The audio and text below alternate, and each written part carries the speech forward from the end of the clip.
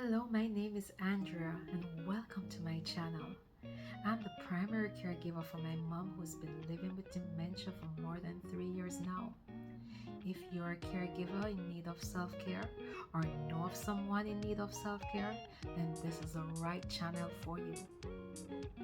Come on, let's journey together as we learn from each other.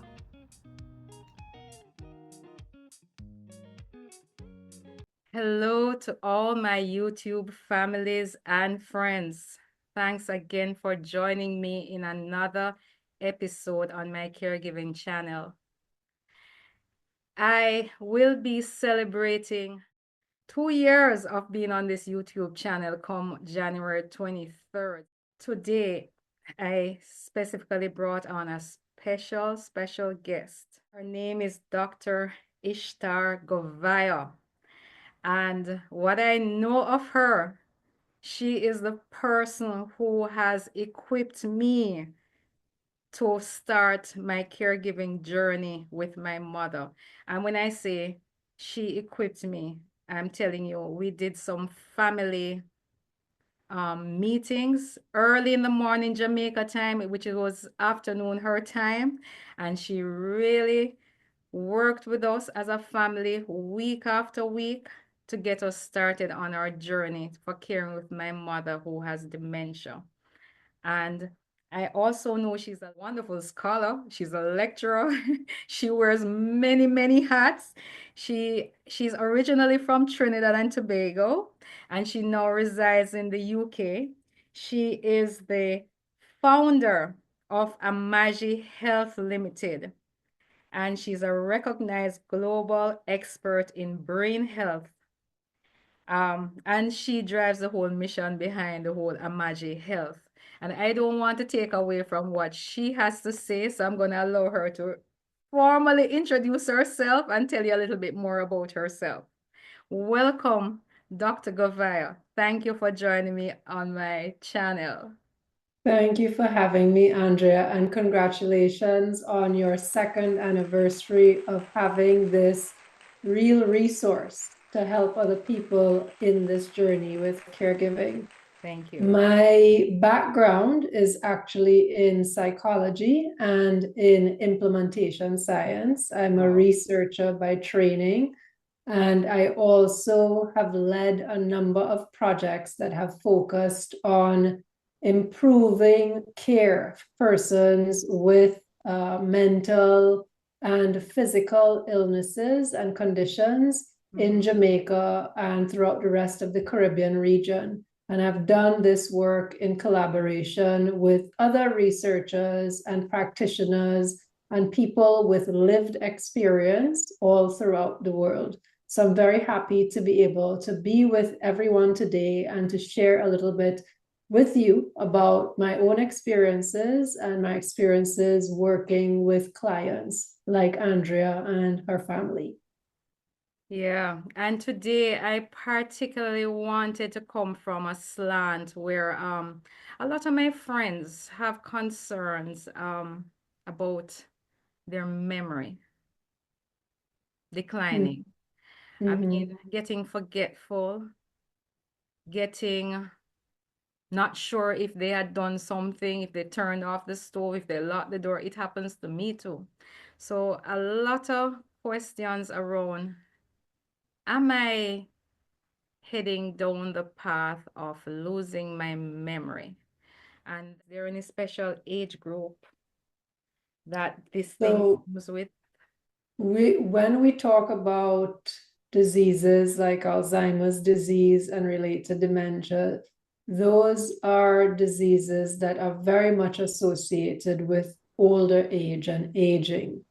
So if you are in your mid 40s or your 50s and you are experiencing any types of memory challenges, forgetfulness, if it's one off or ever so often, those may not be things to be concerned about.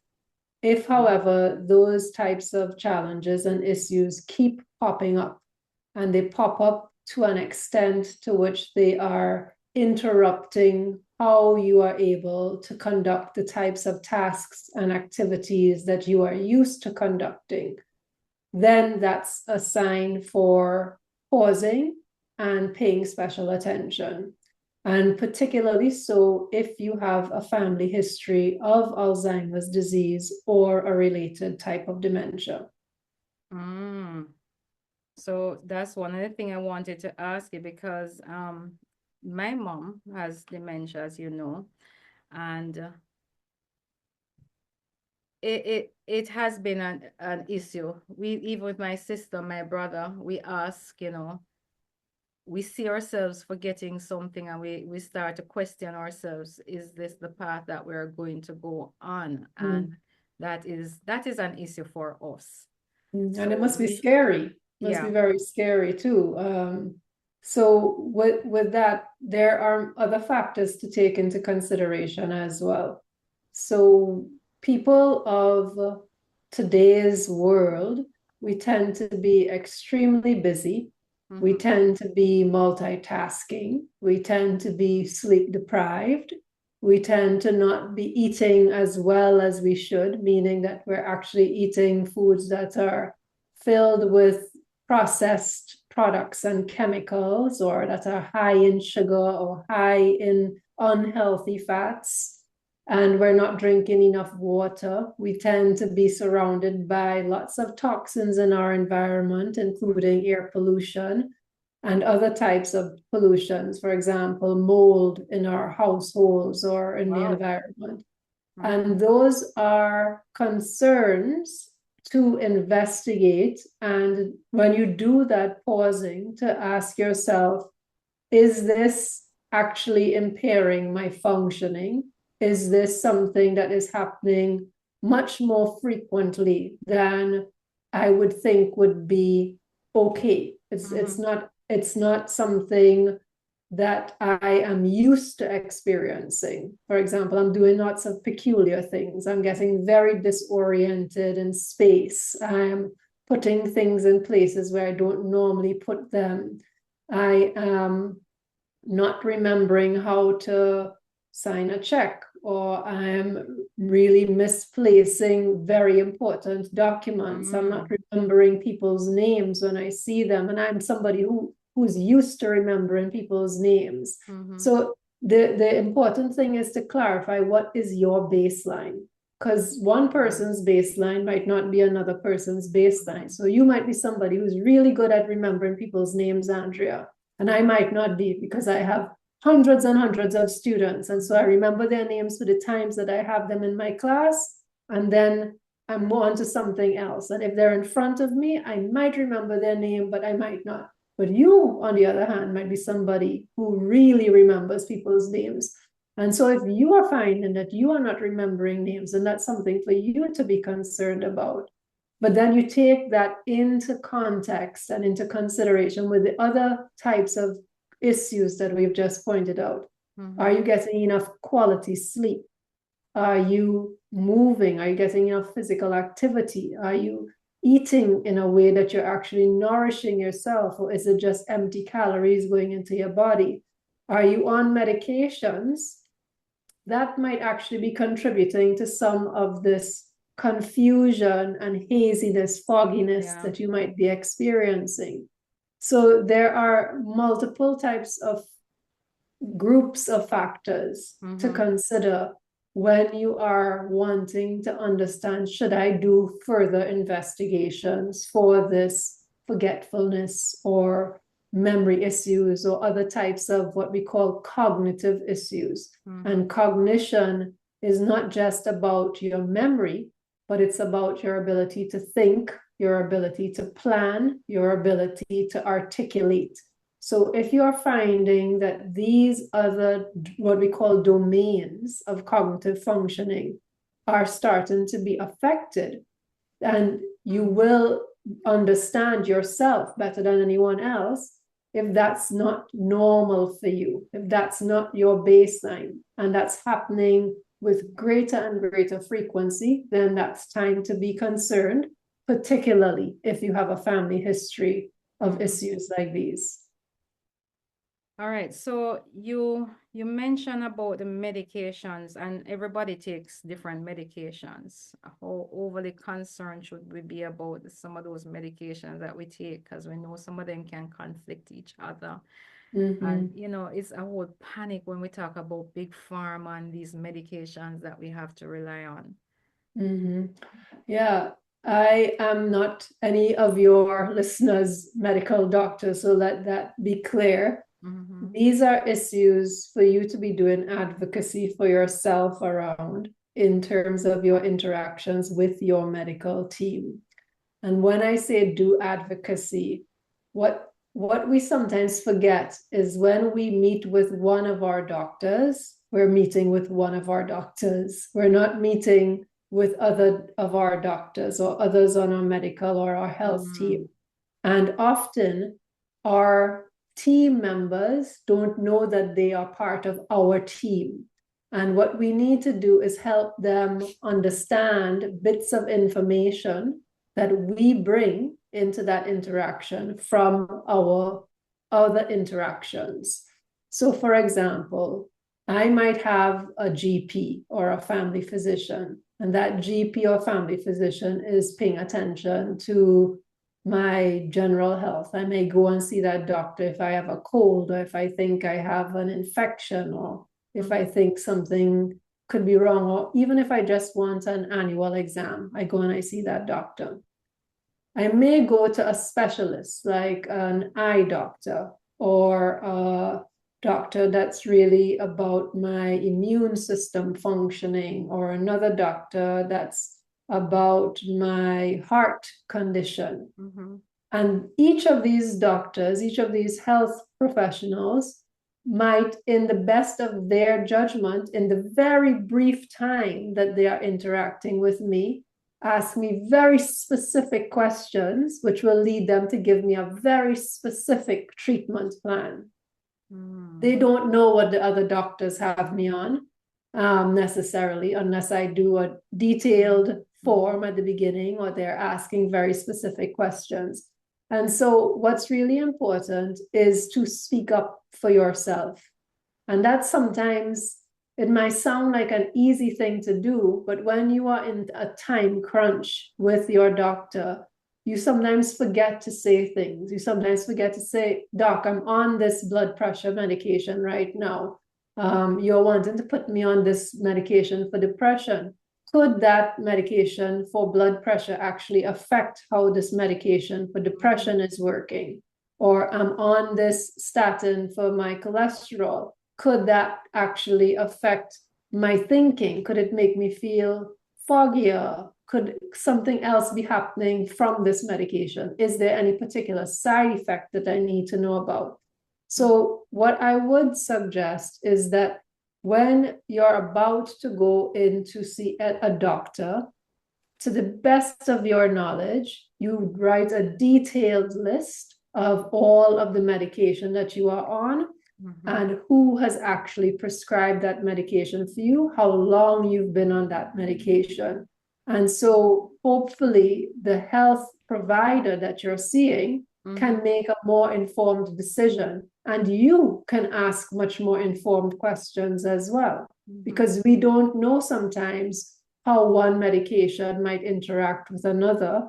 And we don't know if we're on multiple types of medications for different types of issues, how they're really clashing, or whether or not they're complementary to one another. Yeah, you are so right, because now that you're talking, I actually do a medication list for my mother, but do I do it for myself? No. And I'm so vigilant with everything that happens with her. I keep all her test results, everything. So, like almost every doctor I see for her, I pass those documents to them for them to see. But do I do it for myself? I don't. Right. And you might also, Andrea, you might be taking, you might have trouble sleeping sometimes, so you might take a over-the-counter thing for sleep. But that's also part of your whole portfolio of medications that you need to be aware of that could be affecting your functioning. if you are constantly taking something to sleep, even if it's over the counter, that could be affecting your fogginess or your alertness in the day.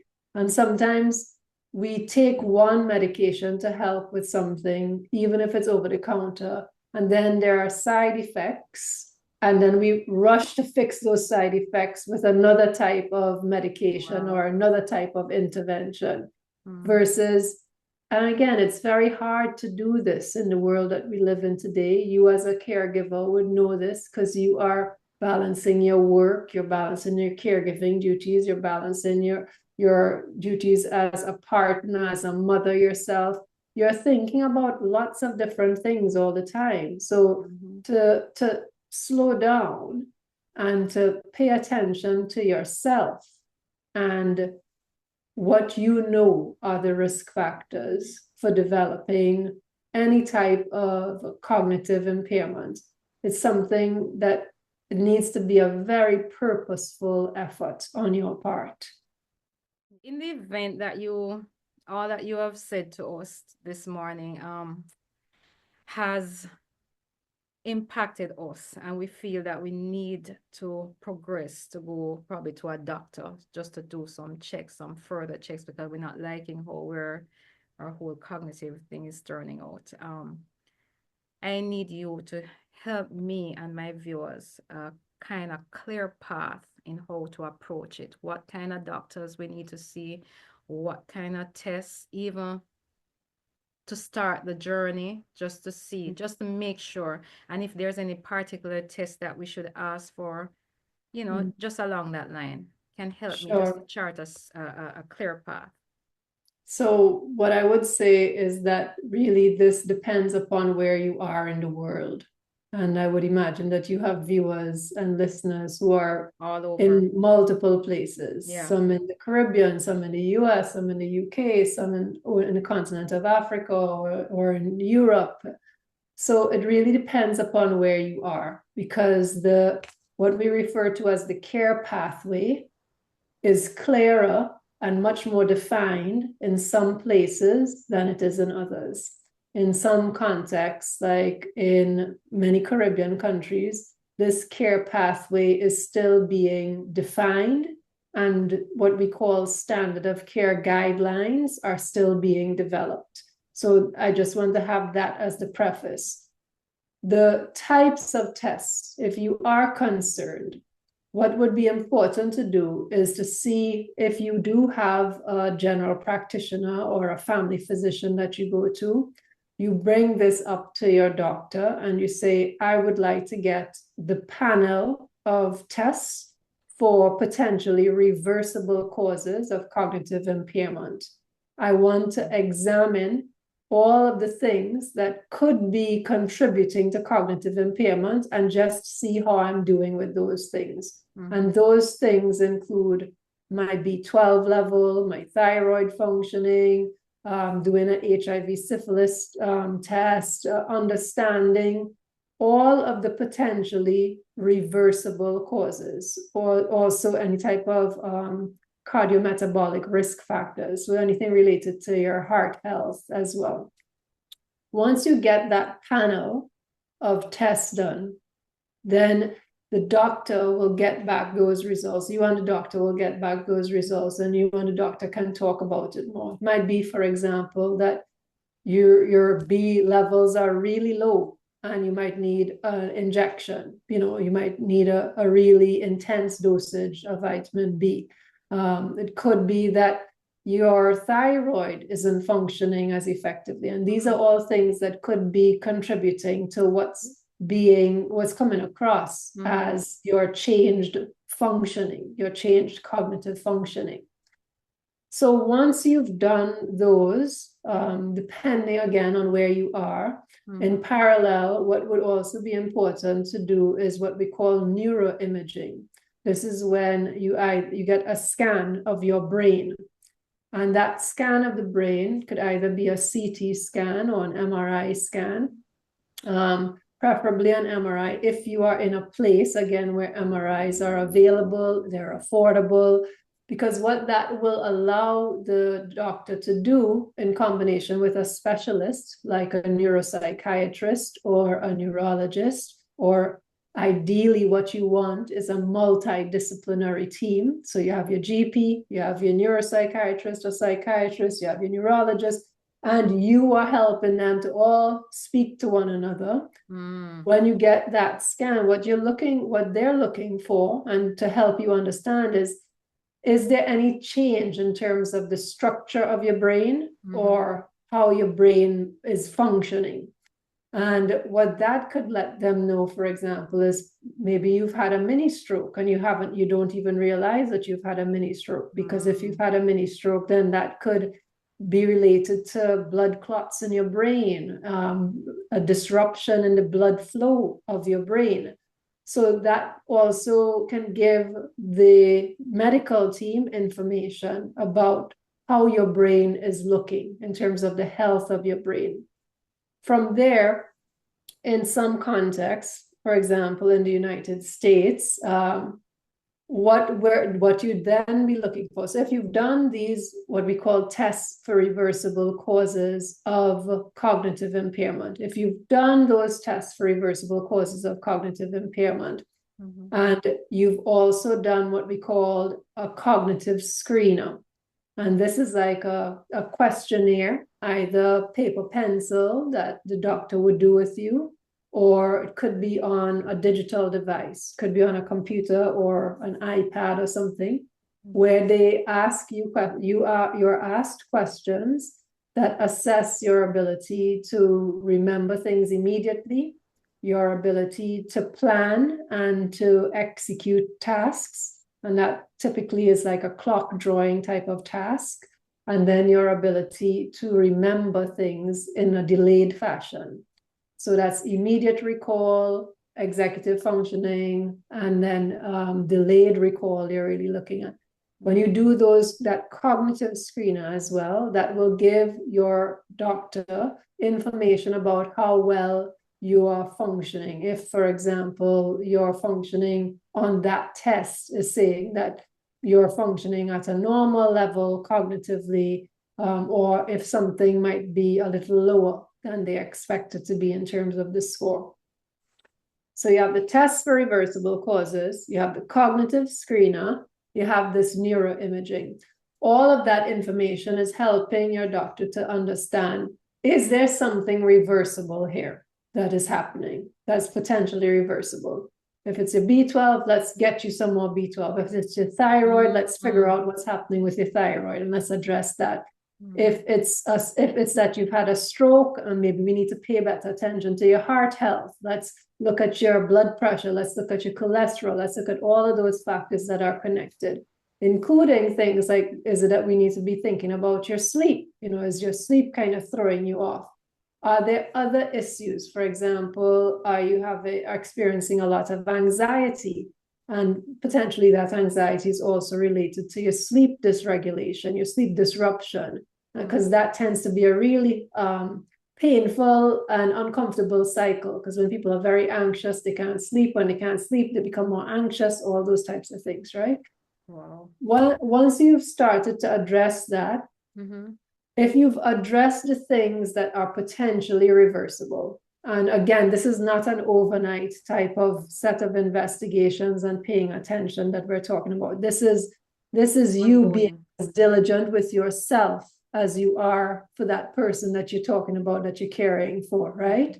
So it requires a lot of following up, a lot of you taking agency for your health, really navigating the health system and health services, which can be very exhausting to deal with. Let's just be very frank about that as well.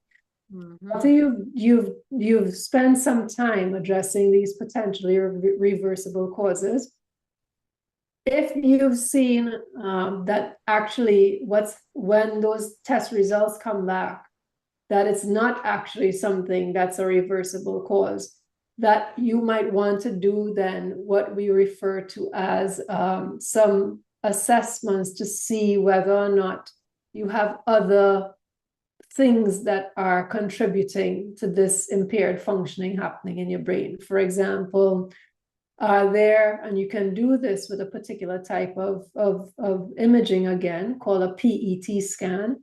Are there, for example, abnormal deposits of protein like amyloid plaques or tau tangles in your brain? And that those could indicate that you might have some of the types of what we call pathologies in the brain that are associated, very correlated with Alzheimer's disease. If there are other types of conditions to investigate, sometimes the neuroimaging can also help you identify that. For example, proteins related to the Lewy bodies. Are there some other types of proteins accumulating, or are they accumulating in very specific parts of the brain? And from that, then you would be able to get a sense of whether or not there's a specific disease process that is at work in your brain. And then all of that would lead you on to a much more refined type of management plan and treatment plan. Wow, that's a mouthful, but I guess the first part of it is awareness and not to be ignorant about the situation and to tackle it head on. That's probably my suggestion for each and every one of us. And just to look at the cues, look at the warning signs, and note them. If you have concerns over them, go ahead by all means and check them out.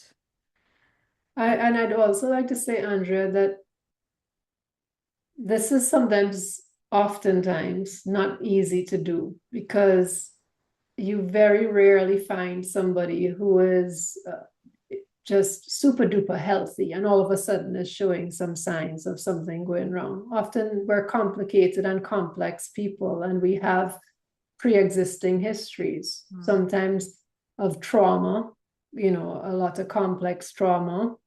And that could be psychological trauma. It could be trauma related to head injuries, or a different type of trauma. It could be that we have been on treatment for a particular condition, medical condition, for an extended period of time. And now we're starting to see new symptoms, different symptoms, and we're starting to get concerned about that. So all throughout these changes that you might be feeling, that you might be experiencing, it's really important to remember your role for the continuity of your care. Continuity of care is really, really important. And you know yourself. You know when things are not feeling right. You know when you potentially need to take a pause and you need to check in with the relevant people. And hopefully you now have some tools about who could these relevant people be. And have a trusted other, have somebody that you would trust with your health information, and make sure that you're keeping that person up to date about what you're experiencing, and let them know if you've gone to see a medical provider, what you've talked about. So, because as you know, often this is part of the challenge when we're caring for somebody later on, that we don't have that history. We don't have all of the history, and we're trying to play catch up with all of the paperwork, all of the medical information. But if from early on in your own life, and we learn from our experiences with caring for others, we start to involve a relevant, trusted other in our own journey in health and wellness and whatever else is part of our journey, if anything, then we'd be better equipped for more informed decision making. Wow. Thank you so much. Thank you so much, Dr. Govaya. It has been a real pleasure having you on my YouTube channel. Please don't be a stranger. If I call you back again, please be. Of course, happy to come back.